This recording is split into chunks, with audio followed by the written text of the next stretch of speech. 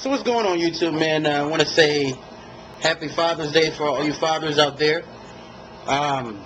Just want to give you guys an update and have a little conversation with you guys. You know, when for those of you guys who listen to me know that I created a $25,000 a year goal, right?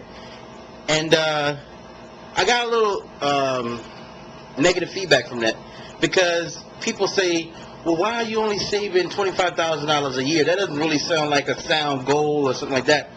Okay, so I think it's now for me to, it's time for me to like expose a little bit more and to let you know what I'm doing. Okay, when I first set the $25,000 a year goal up, that goal was for me and for my subscribers to step it up a little bit and say, okay, guys, let's go ahead and challenge ourselves in doing this, even though it's the middle of the year. Right?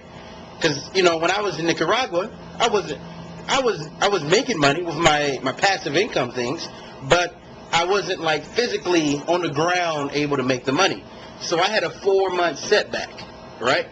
But a couple days ago, no, last week, I said, okay, guys, I'm depositing the $4,500. I'm starting off this year with the 45. Now I did some stuff over this past week here. And if I was to deposit more money today, I'll deposit about another $3,200. So hopefully by July 4th, I'll have that account up to $10,000 or more. Okay, but let me explain something to you guys. All right, because you guys are thinking about retirement, whatever. Say, what good is it? You guys say, what good is it to just save $25,000 a year? Well, let me explain a little something. Okay, I'm a firm believer in passive income. Like, I'm gonna ask you guys a question. Right? Besides your job right now, how many streams of income do you have coming in per month? You see, that's the problem.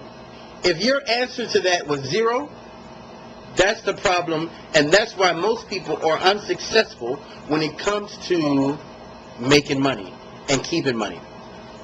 I have 8 streams of income that come in automatically. I have to do it's not, some are pretty much automatic, but I have to do a little work, but I don't necessarily have to actually go out and talk to an individual or do anything like that. In that sense, it's automatic. Okay? Now just think about you guys who have lost their jobs. If you had other streams of income that were coming in, you probably wouldn't be hurting that much right now. You see, let me explain something. I was watching the news today, and it was talking about the oil spill in the Gulf, which they talk about every day, okay? And they said a fisherman, one of the representatives said, a fisherman was getting ready to commit suicide. Now, to most people, they'll be, oh my gosh, now see, these guys at BP are so terrible, things of this nature, whatever. I'll be the first one to admit, it is a tragedy that what's going on in the Gulf. Okay? But life goes on. Right?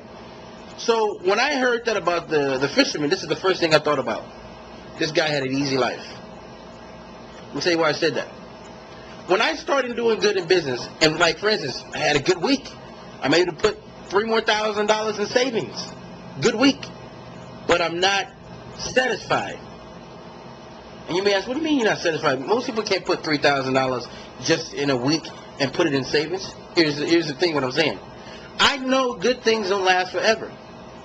I know that. And by having that mindset, I don't get comfortable with things. When there is something going good, this is the first thing I tell myself. It's time to create something else.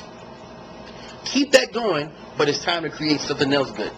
Because this good that happens right here will not last. I don't get comfortable. Because once you get comfortable, this is when you make the mistake. A lot of us got comfortable at a job. Very comfortable. But when you get comfortable, you let your guard down, you buy houses, you buy cars, and you say everything is good, and then all of a sudden when the rug gets pulled from under you, you don't know what hit you. You have no answers. So let me just tell you a little bit about what I want to do. The $25,000 a year goal is something that I'm setting up, and that's going to be lump sum money. That lump sum money is going to be turned into passive income later, maybe a Subway franchise or something like that once I get it to the amount that I want it to. Okay? Now, on the other end, while my wife and I was driving, like I said, we're in Lexington, Kentucky now, we came up with a system of, we need to create, just asked the question, the conversation went like this. I said, what do you think is a good amount that you would feel safe about with an emergency fund? So she said, I'd say 20 to 30,000. So immediately when she said, I heard the last number, 30,000, boom. That's the number we're going to create. So we created a system in the car, just from that conversation, of how to have $30,000 in about 6 to 8 months in an emergency fund. Now, we already have money in the emergency fund. We're just going to add on to it, and we're just going to leave that as $30,000. When an emergency happens, as far as the car tires go out, or the air conditioning goes out, or medical mishap, or whatever you may have, an emergency, something that happens unexpectedly, we take a card out, here, pay for it, $30,000, our money. Not borrowed money from Visa or MasterCard or American Express that you got to pay back at the end of the month. Our money. Because think about it, guys. I'm going to talk to my men for a second. Men, if you are in your household and you hand your wife a card and you say, look, here's $30,000, right? This card is to only be used if you're out and about, if something happens or there's an emergency, whatever, you take this card out and don't worry about it. Take care of the problem. Because, see, once you've done that, you've taken the word emergency out of your life. You have no more emergencies. If anything happens, you can take care of it. Because some of us who live in that wish factor, like, oh my gosh, please don't let anything happen today. Please, please, please. I don't have the money. I'm not prepared. No, you don't want to live life like that. So no, we do the $25,000 a year goal. We do the $30,000 emergency fund. I have money that goes in automatically to stocks every month, religiously, you know. So, and then I have the other, like I said, the 8 passive incomes that comes in. So, the $25,000 a year goal is not all I'm doing. But this is what I'm trying to say, guys. Look, is this. Somebody asked me the other day, hey, Abdul, are there any other positive YouTube channels on YouTube that talk about the same thing that you talk about? And then I thought for a second, I don't think there's many. I mean, if you guys know of some, you know, please feel free to post them on here. Something that we can look at and better our lives and see people that are actually making money in a recession. They're not victims or anything of that nature. Please post them on the on the site here and let everyone else know. Let me know, you know, so we don't have to watch the negative things every day and the doom and the gloom. So yeah, guys, basically the message is this, you know, don't get comfortable. Keep moving on.